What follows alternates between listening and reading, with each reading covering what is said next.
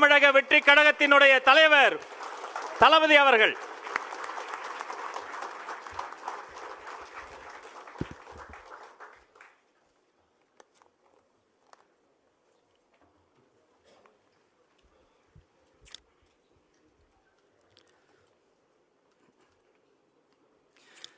தீர்மானம் 2.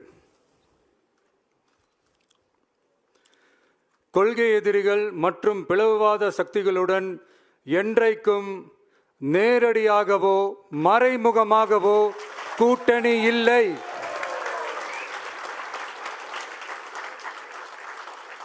ஒன்றிய அளவில் மலிவான அரசியல் ஆதாயங்களுக்காக மக்களை மத ரீதியாக பிளவுபடுத்தி மக்களிடையே வேற்றுமையை விதைத்து அதில் குளிர்காய நினைக்கிறது பாஜக.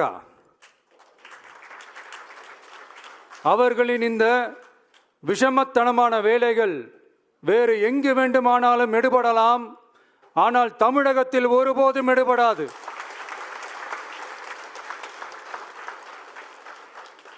சமூக நீதியும் நல்லிணக்கமும் சகோதரத்துவமும் சமத்துவமும் ஆழமாய் வேரூன்றிய மண் இந்த தமிழ்நாட்டு மண்.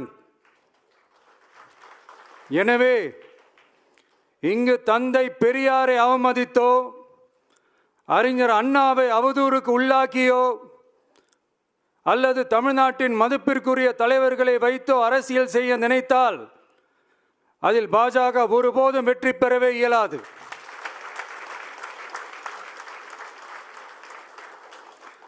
சுயநல அரசியல் லாபங்களுக்காக பாஜகவுடன் கூடி குழைந்து கூட்டணி போக திமுகவோ அதிமுகவோ இல்லை. நம் தமிழக வெற்றி கழகம்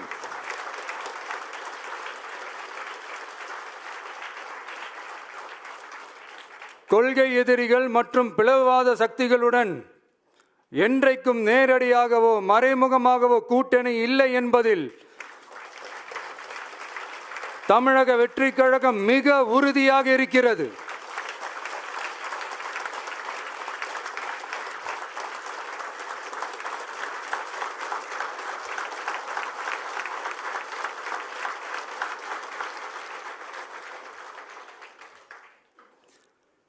கூட்டணி என்றாலும் தமிழக வெற்றி கழகம் தலைமையில் அமையும் கூட்டணி எப்போதும் திமுக மற்றும் பாஜகவுக்கு எதிரானதாகத்தான் இருக்கும் என்பதையும் அதில் சமரசம் என்ற பேச்சுக்கே இடமில்லை என்பதையும் உறுதிப்பட செயற்குழு வாயிலாக தெரிவித்துக் கொள்கிறோம்.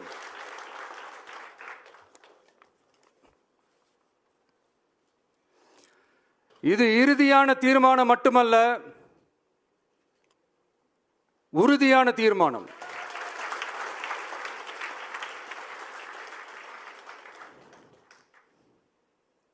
தீர்மானம் 1. நாம எல்லாருக்குமே வாழ்வாதாரம் இருக்கு, இல்லைன்னு சொல்லல. ஆனா நம்ம எல்லாரோட வாழ்வாதாரத்துக்கும் அடிப்படையா இருக்கிறதுல விவசாயிகளும் ரொம்ப முக்கியமானவங்க. அப்படிப்பட்ட நம்ம விவசாயிகளுக்காக அவங்க கூட நிற்க வேண்டியது நம்ம கடமை. அந்த கடமையை நாம சரியா செஞ்சே ஆகணும்.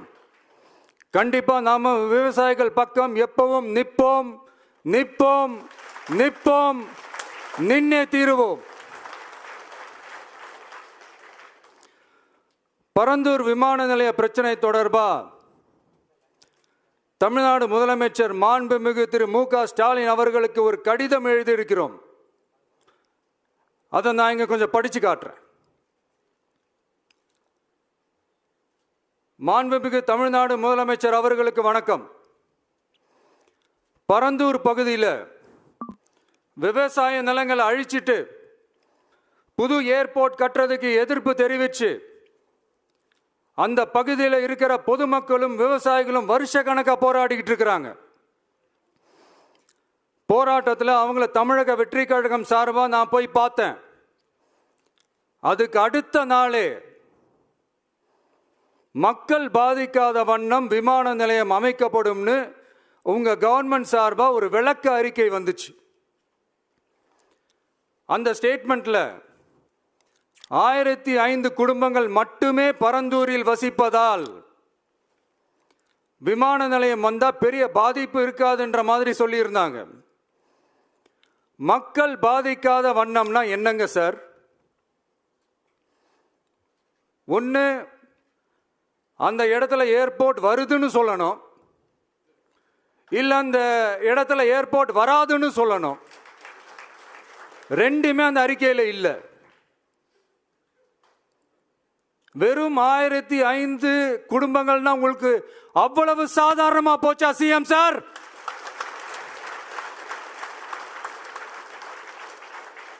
$15,000 மக்கள், அந்த மக்களும் நம்ம மக்கள் தானே. ஏன் அந்த அக்கறையோ அந்த மனிதாபிமானமோ உங்ககிட்ட இல்ல? எதிர்கட்சியா இருந்தா மட்டும்தான் மக்கள் மேல உங்களுக்கு அக்கறை இருக்குமா?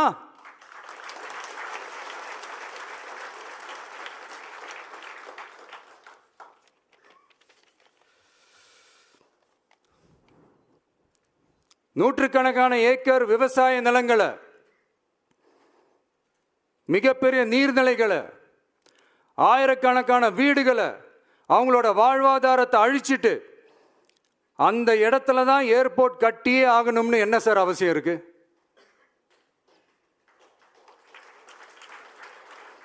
அப்புறம் எப்படி சார் நீங்க உங்களை மக்களின் முதல்வர்னு நான் கூசாம சொல்றீங்க?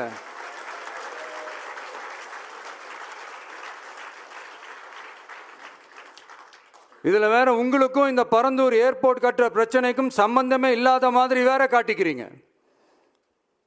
ஆனா ஏர்போர்ட்டுக்காக பரந்தூரை பரிந்துரை செஞ்சதே உங்க கவர்மெண்ட் தான்னு ஒன்றிய விமான போக்குவரத்து துறை அமைச்சர் சில மாதங்களுக்கு முன்னாடி சென்னை வந்திருந்தப்போ சொன்னார். அதுக்கும் உங்ககிட்ட இருந்த எந்த பதிலும் இல்லை. இந்த சூழ்நிலையில பரந்தூர் விமான நிலைய பணிகளுக்காக விவசாய நிலங்களை கையகப்படுத்த கடந்த 25/6/2025 அன்னைக்கு உங்க கவர்மெண்ட் தான் அரசாணை பிறப்பிச்சிருக்கு.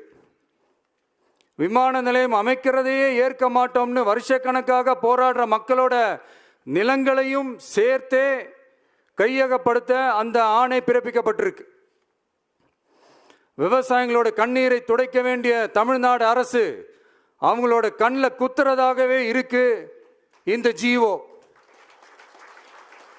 இதெல்லாம் உங்களுக்கு தெரிஞ்சுதான் நடக்குதா? உங்க ஒப்புதலோடு தான் நடக்குதா? தெரியல, பதிலும் தெரியல. பரந்தூர் மக்களை இது வரைக்கும் நீங்க ஏன் சந்திக்கலன்னு கேட்டா அதுக்கும் பதில் இல்லை.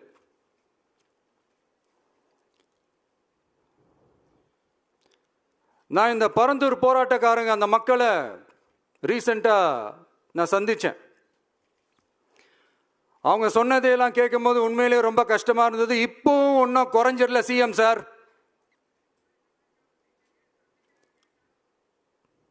சாதி மதம் கடந்து தங்களோட குடியிருப்புகளை, விவசாய பூமியை, வாழ்வாதாரத்தை, நீர்நிலைகளை காப்பாற்ற ஒன்னா நின்று போராடிக்கிட்டு இருக்கிற பரந்தூர் பகுதி விவசாய பெருங்குடி மக்களை தயவு செஞ்சு நீங்க நேர்ல சந்திச்சு பேசுங்க.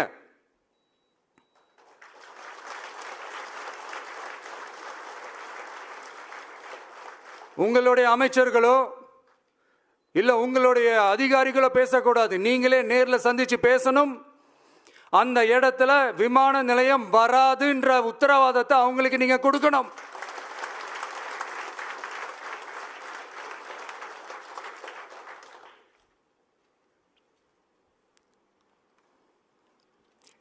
இதையெல்லாம் நீங்க செய்யாம எல்லாத்தையும் கடந்து போகணும்னு நீங்க நினைச்சீங்கன்னா பரந்தூர் பகுதி விவசாய மக்களையும் பொதுமக்களையும் நானே அழைச்சிக்கிட்டு வந்து தலைமை செயலகத்தில் உங்களை நேர்ல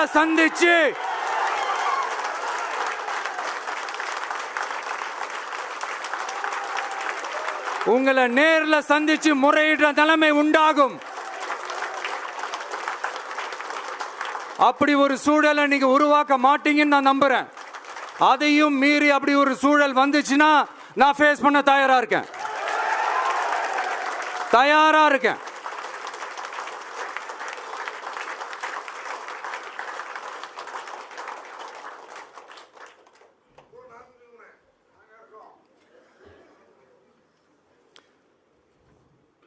நான் பரந்தூர் வந்த அன்னைக்கு நான் ஒரு விஷயத்தை சொன்னேன். அதே தான் இங்கே நான் திரும்ப ரிப்பீட் பண்ணுறேன். We are not against any developments. We are not against airports. அந்த லொகேஷன் தான் தப்புன்னு சொல்கிறோம்.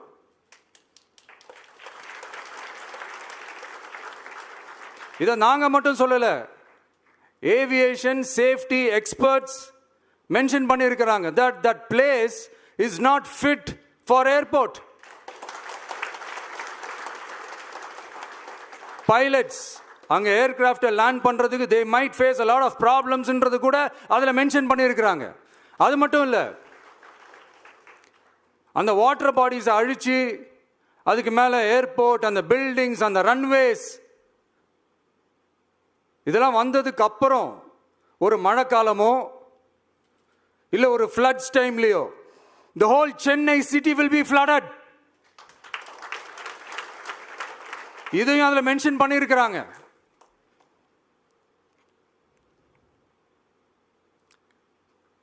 ஸோ இதெல்லாம் மைண்டில் வச்சுக்கிட்டு தயவு செஞ்சு ப்ளீஸ் டேக் அ கால்.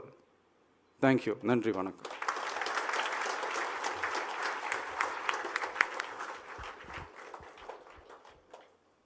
அனைத்து தீர்மானங்களையும் ஏற்றுக்கொள்வோர்